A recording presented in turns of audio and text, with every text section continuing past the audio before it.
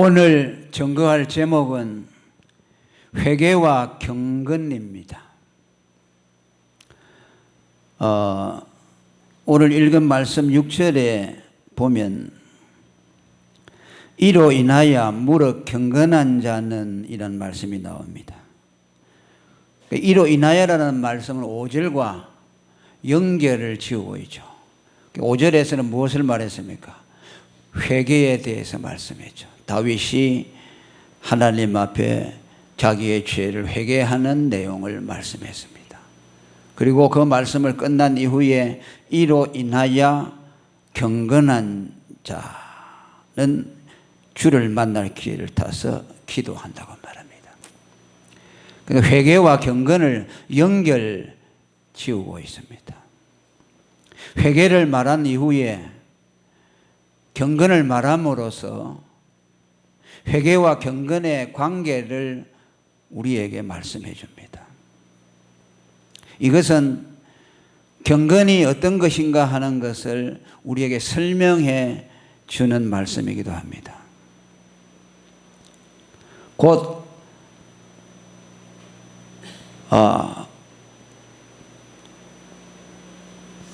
간단하게 말한다면은 경건한 자는 어떤 사람이냐? 회개하는 사람이다. 회개하는 사람이 경건한 사람이다 라는 말씀으로 정리가 될 수 있습니다. 일견 회개와 경건은 무관해 보입니다. 경건이라는 말은 영어로 God이라고 되어 있는데 이것은 하나님답다라는 뜻이에요.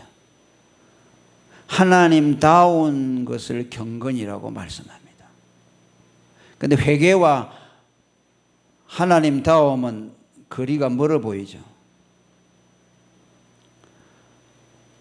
다시 말하면은 경건이라는 것은 하나님을 닮은 사람이죠. 우리가 어떻게 떠올릴 때는 경건은 뭐냐? 하나님다운 사람이니까 완벽한 사람을 떠올릴 수가 있습니다. 그런데 오늘 본문은 그것과는 개념이 먼 회개와 경건을 연결 지우고 있습니다. 회개라는 것은 무엇이냐? 경건이라는 것이 무엇이냐? 완전한 자가 아니라 허물이 많고 회개하는 자를 일컬어서 경건한 자라고 말하는 겁니다. 죄인에게 있어서 경건이라는 것은 회개하는 것이다 라는 말씀입니다. 그러니까 이 경건에 대한 이해를 달리 할수록 그 신앙이 다른 방향으로 나옵니다. 바리새인과 서기관들은 경건을 어떻게 이해했습니까? 완전해지는 것으로 이해를 했습니다. 그래서 경건이라는 것은 이방인들이나 죄인들에게는 해당이 안 되고 자기들 같이 율법을 완전히 지킬 수 있는 자들에게만 경건이라는 단어를 써야 한다고 생각했습니다.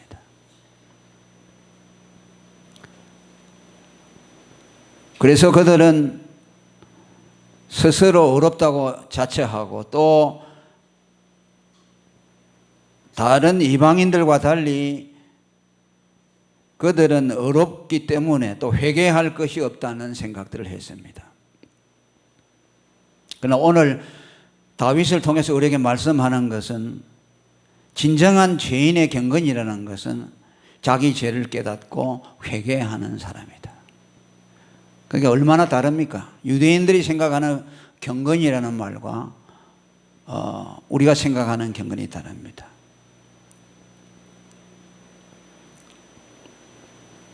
요한복음 1장 9절에 보면 만일 우리가 우리 죄를 자백하면 저는 미쁘시고 의로우사 우리 죄를 사하시며 모든 불의에서 우리를 깨끗게 하신다고 말씀합니다.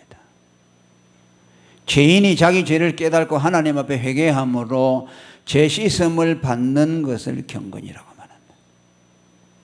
그래서 다시 출발하는 것. 베드로가 매일 손과 발을 씻어야 한다고 예수님이 말씀한 것처럼 매일 자기의 죄를 보고 회개하며 죄 씻음을 받아서 다시 출발하는 것. 이것이 경건이다. 죄를 전혀 짓지 아니하는 완전한 것을 경건이라고 하지 않는다라는 것을 우리에게 말씀해 줍니다. 그리고 이 경건한 자는 또 오늘 본문에서 주님을 만날 기회를 놓치지 않는 사람이라고 정의합니다. 이로 인하여 무릇 경건한 자는 주를 만날 기회를 타서 주께 기도할지라고 말합니다. 경건한 사람은 어떤 사람인가? 주님을 만날 수 있는 기회가 올 때에 그 기회를 놓치지 않고 기도하는 사람, 하나님께 나아가는 사람이라고 정의하고 있습니다. 주를 만날 기회를 탄다는 말은 주님을 만날 수 있는 가장 좋은 기회를 갖는다는 뜻입니다. 주님을 가장 만나기 쉬운, 만날 만한 기회가 올 때에 그 기회를 놓치지 않는다는 말씀입니다. 경건한 사람은 그 때를 안다는 말씀이죠. 주님을 만날 수 있는 기회가 어떤 때라는 것을 알고 그 기회가 올 때에 그 기회를 놓치지 않는다는 말씀입니다. 그러면 주님을 만날 만한 기회가 어떤 기회입니까?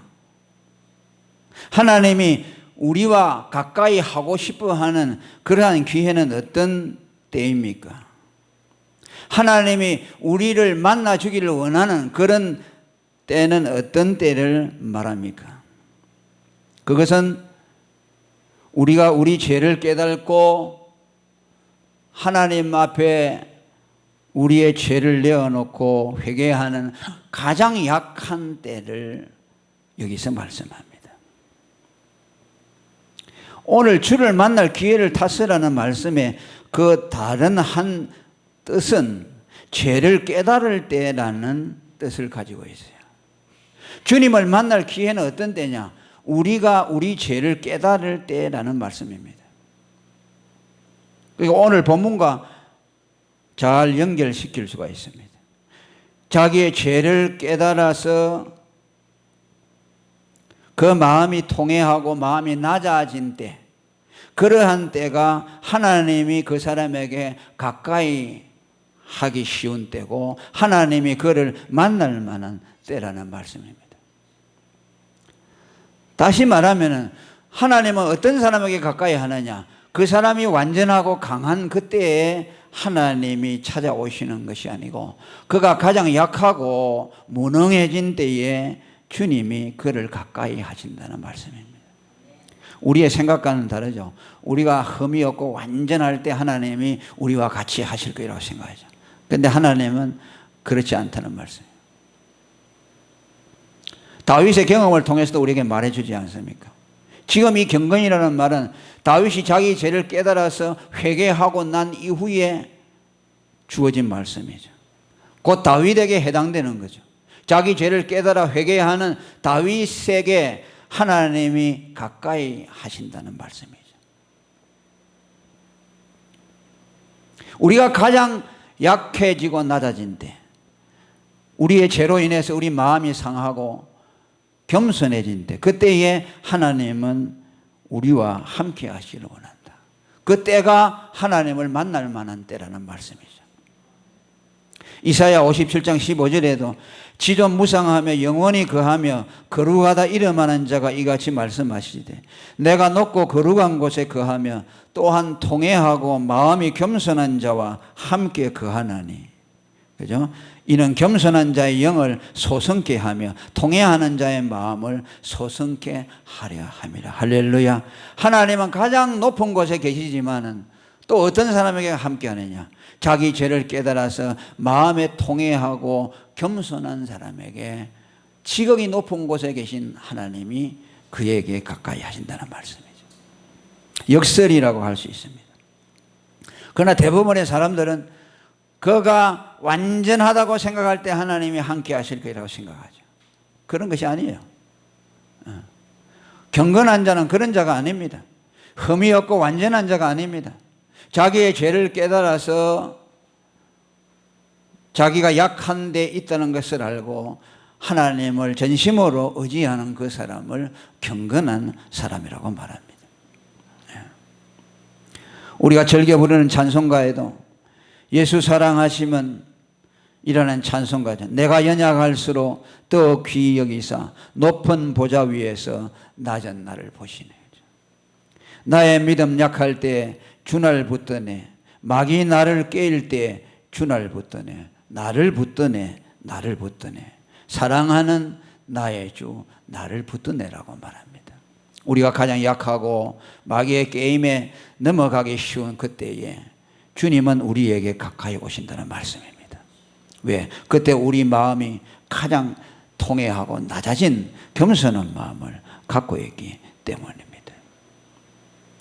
그래서 사도 바울도 고린도서 12장 10절에 자신이 가장 약할 때를 강하다고 한 말은 가장 약할 때에 하나님이 그에게 가장 가까이 오시기 때문입니다. 그래서 여러분들이 약하다고 생각할 때 그것을 비관할 것이 아니고 주님이 지금 나와 가장 가까이 할 만한 때라고 그렇게 생각을 해야 합니다. 실제로 주님은 그렇습니다. 우리 스스로 섰다 하고 내가 온전하다고 할 때는요, 그때가 사실은 가장 위험한 때입니다. 내가 신앙생활 잘한다고 자부하고 있을 때 그때가 가장 위험합니다. 왜?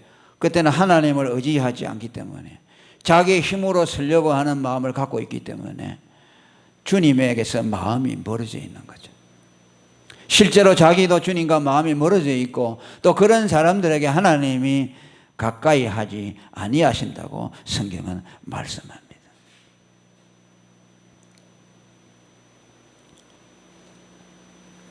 자기의 죄를 깨달아서 하나님께 자기의 약함을 호소하고 나아가는 사람, 이 사람이 주를 만날 만한 기회를 타서 주께 기도하는 사람이라고 말할 수가 있습니다. 그래서 우리가 종종 약해지고 때로는 넘어지고 그럴 때가 있을지라도 우리는 그때를 하나님이 나에게 가까이 하실 기회라고 생각하고 그 죄를 깨닫고 회개하고 우리가 주님 앞에 나아가게 되면은 주님이 우리에게 더욱 가까이 오셔서 당신을 나타내시고 당신의 사랑을 우리의 마음에 부어 주시게 됩니다. 여러분, 다윗도 우리아와 그의 아내 바세바의 일로 인해서 범죄를 하게 됐죠. 그런 일이 없었으면 좋을 뻔했지만 하나님은 다윗에게 그런 약함을 허락했습니다. 다윗은 일생일대의 가장 큰 실수였죠. 그러나 다윗은 그것을 기회로 해서 하나님을 더욱 의지하는 사람이 됐어요. 더욱 하나님만 의지하게 되고 자기 자신을 신뢰하는 마음을 버렸습니다. 실제로 열왕기상 15장 5절에 보면은 다윗이 햇사람 우리아의 일 외에는 평생에 여호와 보시기에 정직히 행하고 장이에게 명하신 모든 일을 어기지 아니했다고 했습니다. 그게 전화위복이 됐죠. 그에게 닥친 큰 시련을 그는 회개하고 하나님을 더 전심으로 붙드는 기회로 삼게 됐습니다. 그러니까 하나님이 우리의 약함을 허락한 것도 그런 이유입니다. 왜 하나님이 그런 약한 그런 시험을 허락했을까라고 생각할 때가 있죠. 하나님이 다 아실 텐데 왜 그랬을까? 그러나 하나님이 전능하신 지혜로서 우리에게 때때로 그것을 허락하는 거죠.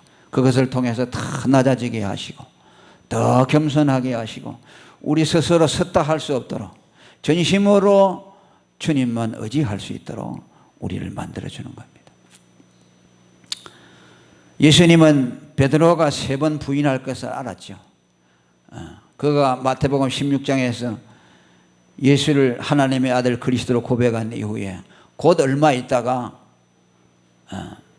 예수님을 부인하지 않았습니까? 그 전에 부인하기 전에 예수님은 알았습니다. 그래서 너가 믿음이 떨어지지 않기를 기도했다고 누가복음 22장 32절에 말씀했습니다. 기도했음에도 불구하고 베드로는 예수님을 3번이나 부인했죠. 그러고 나서 그것을 내다보신 주님은 뭐라고 했습니까? 내가 너를 위해서 기도했지만 너는 나를 3번 부인할 것이다. 그러나 그것을 통해서 네가 돌이킨 이후에 네 형제를 굳게 할 것이라고 말합니다. 너의 넘어짐이 앞으로 다른 형제를 굳게 세우는데 그것이 큰 유익이 될 것이다 라고 말합니다. 그러니까 하나님은 우리들의 모든 약한 것까지도요, 그걸 가지고 하나님의 뜻을 이루는 데 쓰는 거예요. 바울이 당한 많은 고난을 또 시험을, 연약함을 하나님이 허락하시면서 뭐라고 했습니까? 네가 당하는 시험과 고난이 장차 다른 사람이 고난 당할 때에 그 사람들을 일으켜주는 능력이 될 것이라고 말했어요. 그러니까 버릴 것이 하나도 없어요. 감사함으로 받으면 버릴 것이 하나도 없다고 그랬죠.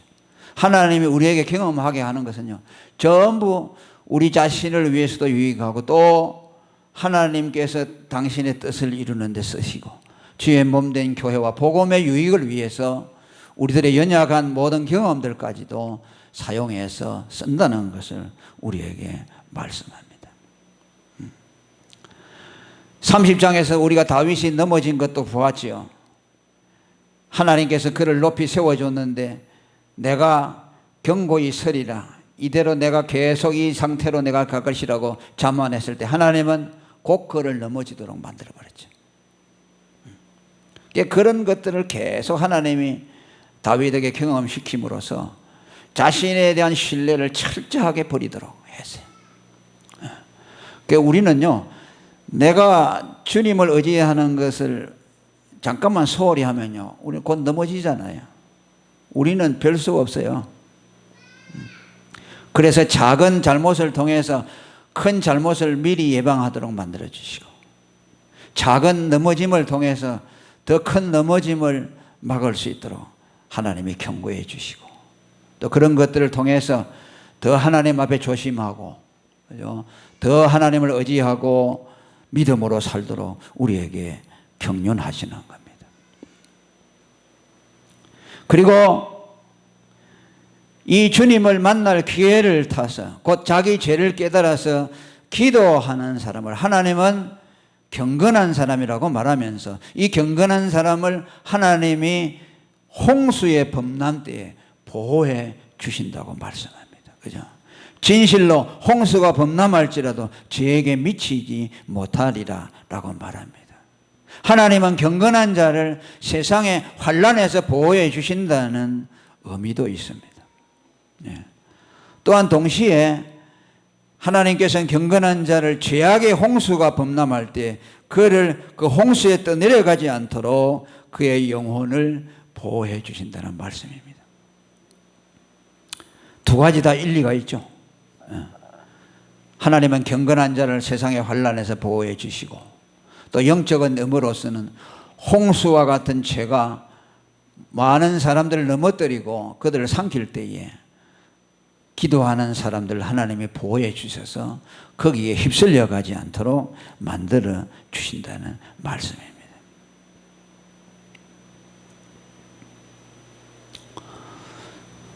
그래서 지금 이 시대는 아주 극한 상황에 있는 시대 같아요. 아마 갈 때까지 다 간 그런 시대인 것 같아요. 이제 모든 가치관이 다 이제 바뀌어지고 있는 시점인 것 같아요. 그래서 하나님께서 이런 시대를 우리가 통과하도록 하나님이 하셨는데, 우리는 더 우리가 얼마나 연약한 존재인가라는 것을 자각할 필요가 있습니다. 우리는 이 다윗의 말씀들을 보면서 그의 실패와 성공을 보면서 인간이 얼마나 약하고 넘어질 수 있는 가능성을 가지고 있는 사람인가, 이것을 알고 또 그것은 뭐 다윗뿐만을 아니라 우리 자신의 경험을 통해서도 알 수 있는데, 우리는 더 우리 자신의 약함을 알고 그리스도를 의지하고 그분에게 다 기도하고, 그래서 내가 노력한다고 해서 되는 것은 아니지만 그래도 다 주님을 의지할 수 있도록, 그래서 깨어 있도록 우리가 이 시대를 분별하고 믿음으로 서 있으려고 하는 그런 비상한 노력이 필요한 시대라고 볼 수가 있습니다. 그 가운데에서 하나님이 여러 가지 은혜의 방편들을 통해서 우리들을 보호해 주시고, 그래서 오늘도 우리가 예배에 부지런히 참석하는 것도 하나님이 우리를 보호해 주는 수단이라고 할 수 있죠. 기도하고 공예배에 참석하고, 그래서 이런 예배를 통해서 우리가 자꾸 강해지지요. 은혜를 받고 신령한 양식을 먹고, 그래서 또 영적으로 다시 우리가 예민해지고 민감해지고, 이런 것들을 통해서 시대를 분별하고 정신을 차려야 되겠다는 각오를 가져야만 될 줄로 믿습니다. 그래서 하나님이 보호해 주시고 또 뭐라고 했습니까? 주님이 나의 은신처가 되어 주신다고 말씀합니다. 주는 나의 은신처이오니 환난에서 나를 보호해 주신다고 말씀합니다. 자기의 죄를 깨닫고 회개하며 기도하는 경건한 사람을 하나님은 홍수에서 보호해 주시고, 또 주님이 그의 은신처가 되어 주신다는 말씀입니다. 여기 은신처라는 말은 피하여 숨을 곳을 말씀합니다. 이것은 하나님께서 자기의 죄를 깨닫고 회개하며 주님 앞에 기도하며 진심으로 그를 의지하는 자를 하나님이 기뻐해 주시고 그의 은신처가 되어 주신다는 말씀입니다. 이것은 다윗에게 한 약속이죠. 하나님이 다윗의 회개를 기뻐하셨다는 말씀이에요. 그래서 그가 다윗에게 은신처가 되어 주시고 환난에서 보호해 주신다는 약속을 하고 있는 겁니다.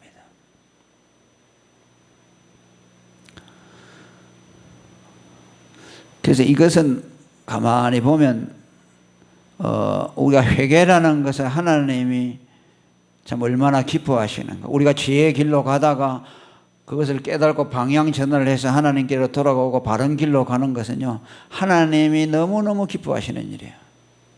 정말로. 그걸 알면서도 계속 가는 사람들이 있잖아요. 이거 고쳐야 되는데 하면서도 계속 가는 사람이다. 근데 그걸 딱 돌이키고 방향 전환을 할 때에 하나님이 그의 은신처가 되어야 된다. 물론 뭐 예수 믿는 사람은 하나님이 보호해 주죠. 보호해 주시는데 또 하나님은 언약의 하나님이기 때문에 서로 주고받는 것이 있어요. 내가 말씀대로 순종하려고 하고 노력하면요, 또 거기에 따른 하나님의 응답이 있어요. 그게 언약이죠. 서로 주고받는 거죠. 그러니까 제일 큰 언약은 뭐냐면요, 예수 믿으면 구원해 준다는 것이 그 제일 큰 언약이죠.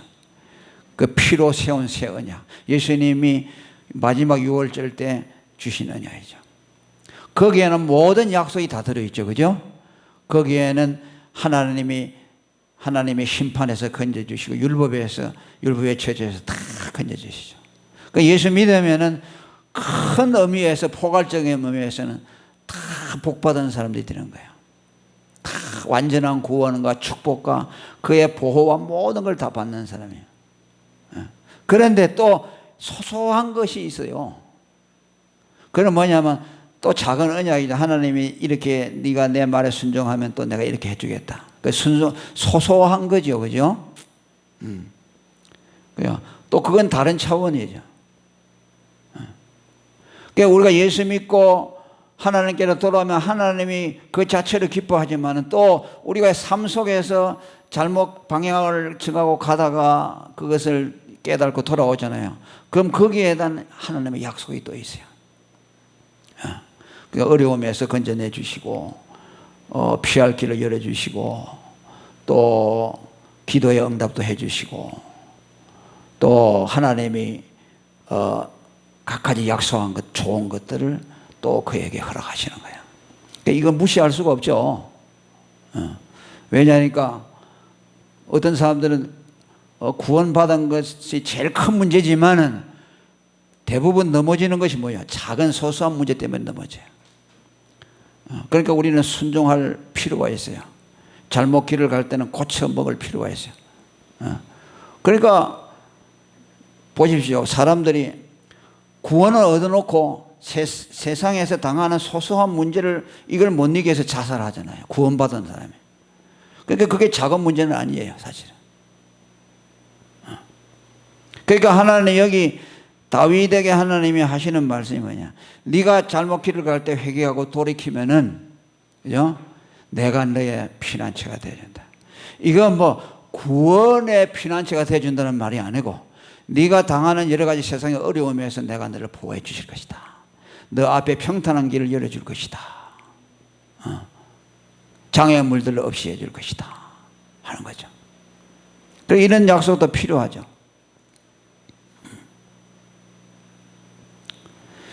그러나 문제는 더 뭐냐 하면요, 더 깊은 것은 뭐냐, 우리가 잘못한 길을 돌이켜서 하나님께로 가잖아요. 하나님께로 가게 되면은 하나님이 너무너무 기뻐하셔요. 그냥 약속해가지고 네가 나쁜 길로 가다 돌아오니까 이렇게 해준다. 그냥 공의의 법칙에만 그런 것이 아니고, 우리가 죄를 버린다는 말은 뭐냐면 하나님께로 가까이 나간다는 말이에요. 죄를 버린다는 것과 하나님과 가까이 나가는 것이 다른 것이 아니에요.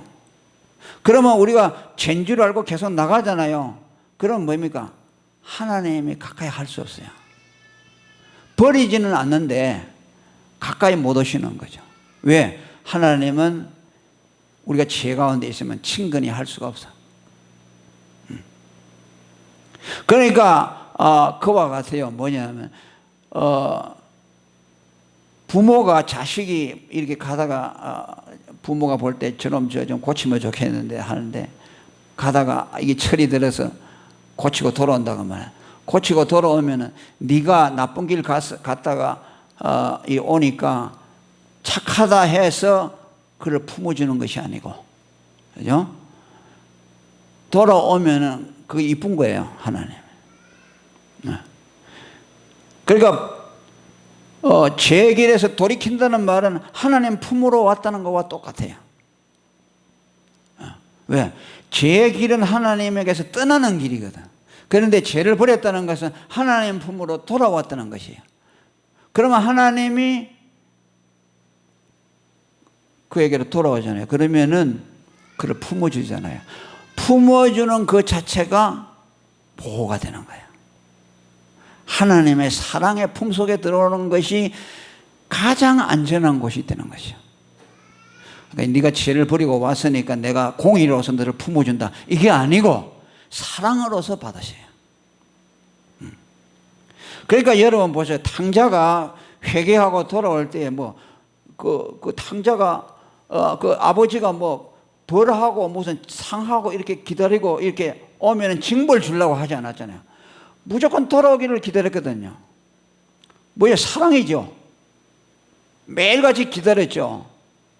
그런데 그 아들은, 탕자는 돌아오지 않았다고 말이야. 그 왜 못 돌아왔습니까? 죄의 길에 있었다는 말이야.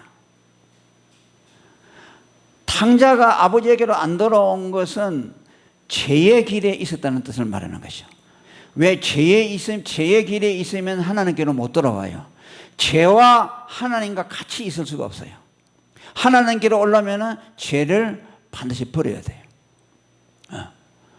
그러니까 나중에 기다리다가 탕자가 자기가 배가 고파서 지엄열 부려도 배를 못 채우니까 돌아왔잖아요. 회개하고 돌아오니까, 아버지께로 돌아오니까 아버지가 네가 잘했다 못했다 그게 어디 있어요? 그냥 와서 품어줬잖아요. 회개라는 것이 그와 같아요. 죄를 버리고 돌아오잖아요. 그러면 하나님 품으로 들어오는 것이에요. 하나님 품으로 돌아오면 그냥 하나님이 사랑스러워서 그를 맞아주시는 거예요. 그러면 그것이 가장 안전한 것이. 죄를 버리고 하나님께로 돌아오는 그 자체가 은신처에 돌아오는 것이다. 피난처에 돌아오는 것이다. 그때부터 그는 하나님이 그를 책임져 주시고, 아멘. 그를 책임져 주시고 그의 모든 필요를 다 공급해 주시고, 그러더래요. 그러니까 여기 다윗이 오늘 우리에게 말한 것은 죄를 버리고 죄를 깨닫고 하나님께 회개하고 돌아오는 그 자체가 곧 자기를 위한 것이 된다. 하나님께로 돌아오는 것이 곧 은신처 되시는 하나님께로 돌아오는 것이니, 하나님이 그를 사랑하게 되고 그를 품어주게 되고 그에 대해서 하나님이 모든 것을 책임져 주시고 그를 보호해 주신다는 것을 우리에게 말씀합니다. 그래서 우리가 예수를 믿고 하나님과 언약을 맺잖아요. 언약을 맺으면요, 이제는 그때부터는요, 뭐 이렇게 뭐 네가 하나 하면 내가 하나 하고 뭐 이런 것보다는 또 회개라는 것도 그렇고 모든 것이요 하나님과의 사랑의 관계에서 다 이루어지는 거죠. 사랑의 관계에서 우리가 진정으로 하나님의 사랑을 깨닫게 되면은 하나님을 사랑하게 되죠. 그리고 그의 계명을 지키게 되죠. 예수님이 그랬잖아요. 너희가 나를 사랑하면 내 계명을 지킬 것이다. 그럼 그거 왜 지키느냐? 계명을 지켜서 복을 받으려고 하는 것이 아니라 계명을 지키는 것이 하나님을 사랑하는 일이기 때문에 사랑하는 마음으로 지키는 것이요. 효자가 아버지 부모를 효도하려고 하는 것은 뭐 이게 누가 뭐 부모가 나를 때리서 뭐 어떻게 할까 싶어가 아니라 사랑하기 때문에 부모가 나를 이렇게 사랑하니 나도 부모님을 사랑해야 되겠다. 그래서 효도하는 거죠. 우리 신앙이요 이제 율법에서 돌아오면 그렇게 돼요. 사랑이요 모든 것이. 그래서 죄도 버리고, 왜 그렇게 가면 하나님이 마음이 아프시니까 그걸 버리고 하나님 기뻐하시는 대로 살려고 하고, 또 그렇게 하면 하나님은 또 우리를 또 그의 사랑으로 또 품어주셔서 아유 하고 우리를 안아주시고 또 우리들의 모든 필요를 채워주시고 부족함이 없도록 인도해 주시는 분이라는 것을 우리에게 말씀해 주고 있어요. 할렐루야. 그리고 마지막으로 뭐라고 했습니까? 구원의 노래로 나를 애우시리다 라고 말씀합니다. 그러니까 하나님 앞에 회개하고 돌아왔을 때에, 그죠? 주님께 돌아왔을 때에 그 경건한 자를 하나님은 보호해 주시고, 그 다음에 하나님과 나와의 관계가 화목하여 막힌 것이 없이 구름 한 점 없이 확 그쳐졌다고 말해요. 그러니까 뭐야? 그때부터 하나님의 사랑이 내 마음에 확 보여지면서 우리에게서 찬송이 우리를 휘감아 돌게 된다 하는 것을 말씀합니다.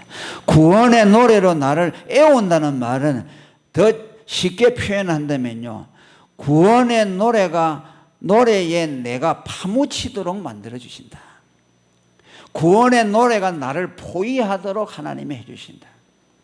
그 은혜가 확연히 드러나게 되고, 구름이 거추어지니까 하나님의 사랑이 내 마음에 아주 확 들어와서 그 사랑이 장애물 없이 내게 다 깨달아지고 하나님과 화목하게 되니까 내 영혼 속에서 찬송이 우러나와서 그분에 대한 찬송으로 내 삶이 다 그 찬송으로 덮이게 된다 라는 것을 다윗이 고백하고 있습니다.